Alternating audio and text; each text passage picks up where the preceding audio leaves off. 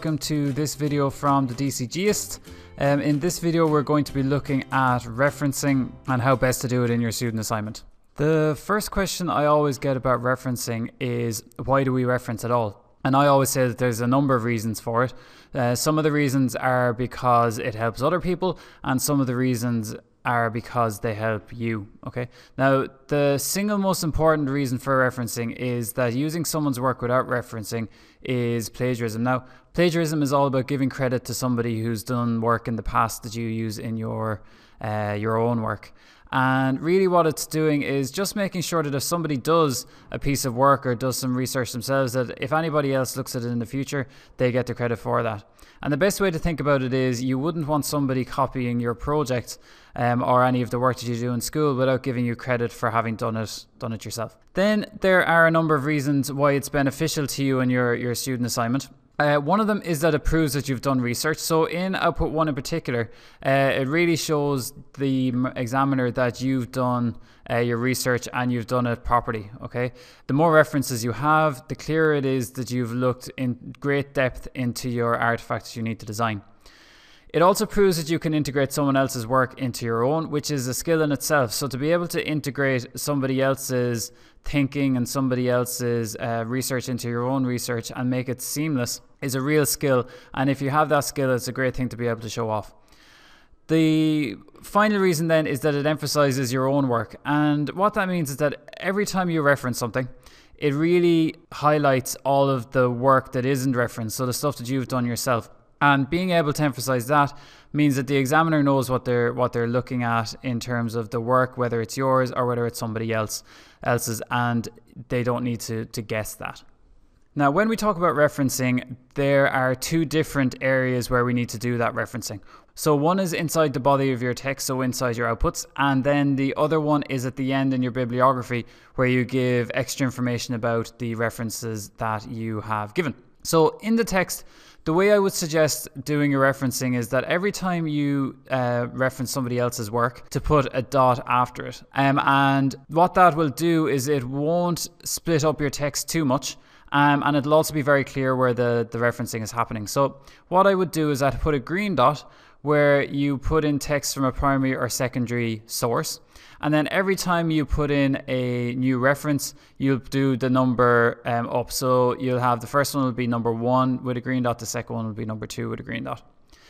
Then I will put in a red dot to show any original images that you put in. Okay, you don't need to put any numbers beside that because they're images that you've put together yourself. And the third one here then is if you find any images from online in a secondary or primary source or in books or magazines, put a blue dot with a number in it. And again, the first image that you reference, put a number 1, the second one number 2, the third one number 3. Okay, and all the way throughout your assignment. Now the outputs that you'll be doing that in, so you'll be looking at your output 1, your output 2, your output 7, and they'll be the main ones. Okay, so they're the main ones, and you'll also be using it in other ones, but not quite as much. So in 1, 2, and 7, you'll be doing a lot of this referencing, but you may also need to use it in other outputs if you do use somebody else's work in those.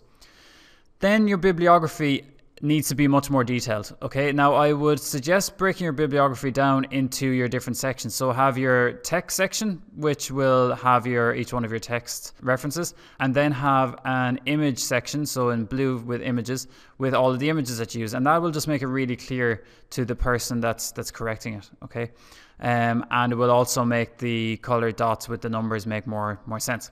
Now you'll see here that this example reference looks quite complicated. Okay, now it doesn't need to be complicated, because where you can go is you can go to a website like this, and what you need to do there is you just, wherever you get your reference from, you input the URL or the name of the book and the author into Cite This For Me, and it will come up with this reference. Okay, and what you can do then is you can just copy and paste that reference from the web browser into your bibliography, and you'll be done, and you'll have an absolutely perfect reference to be able to stand over when your project is being marked. Now here's an example for referencing for one of the keywords in output 1. And as you'll see here, there are 2 references for text and there's 1 reference for an image. So you'll see here for the text references, we have two of them. We have the first quotation with the number 1 in a green dot, and we have the second one with the number 2 in a green dot. So the green dot signifies that it is a text reference, and the numbers signify each one that we'll be doing. So as you go through your project, you'll have 1, 2, 3, 4, 5, 6, 7, 8, 9, 10, and so on. And that goes at the end of each one of these sentences. And you'll see that the corresponding reference in the bibliography is down here. So we have number 1 and we have number 2. So you, instead of having to put any of the text in the middle of your writing, which you break it up, it all goes down into the bibliography that'll be on your final page. Then we also have an image here that is referenced, and you'll see that we have a blue dot with the number 1, and the next image would have a blue dot with number 2 and 3 and so on. And that then goes down into the images section of the bibliography.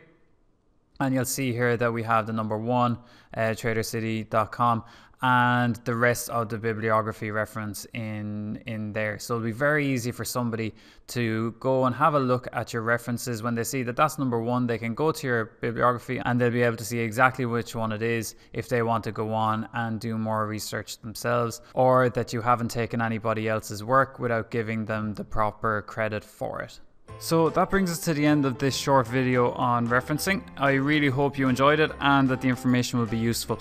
I'm sure it will, because referencing is always a difficulty people have. If you enjoyed it, please subscribe to the channel to see more videos from the DCGist. You can also find more information at the DCGist.com, where you'll find videos, study guides and board drawing tips. You can also follow the DCGist on Twitter at the DCGist, or on facebook.com/the DCGist. Best of luck with all of your referencing in your student assignment, and I'll see you later.